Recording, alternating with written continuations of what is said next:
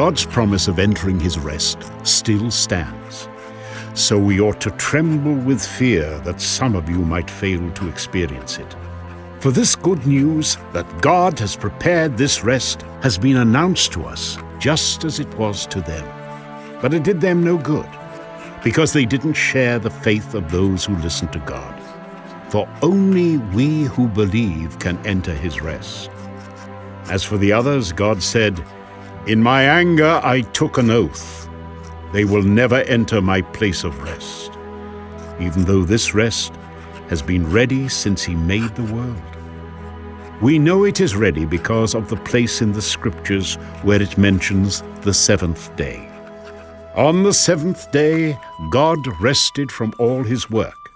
But in the other passage, God said, "They will never enter my place of rest."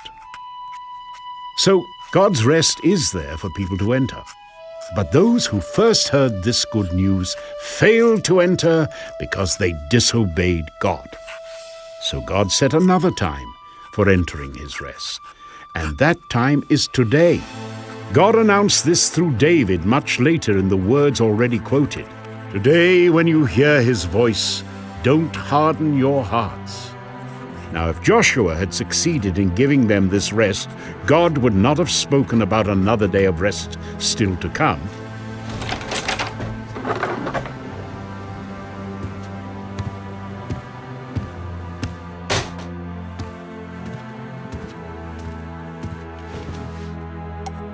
So there is a special rest still waiting for the people of God.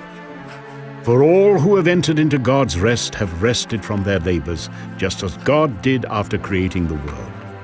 So let us do our best to enter that rest. But if we disobey God as the people of Israel did, we will fall.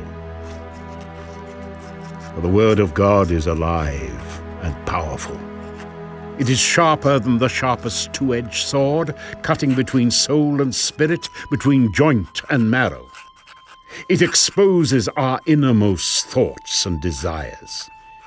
Nothing in all creation is hidden from God. Everything is naked and exposed before his eyes, and he is the one to whom we are accountable.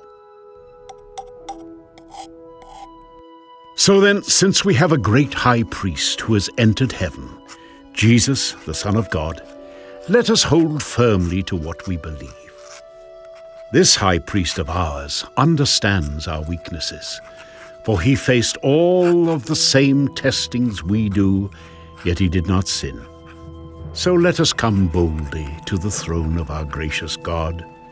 There we will receive his mercy, and we will find grace to help us when we need it most.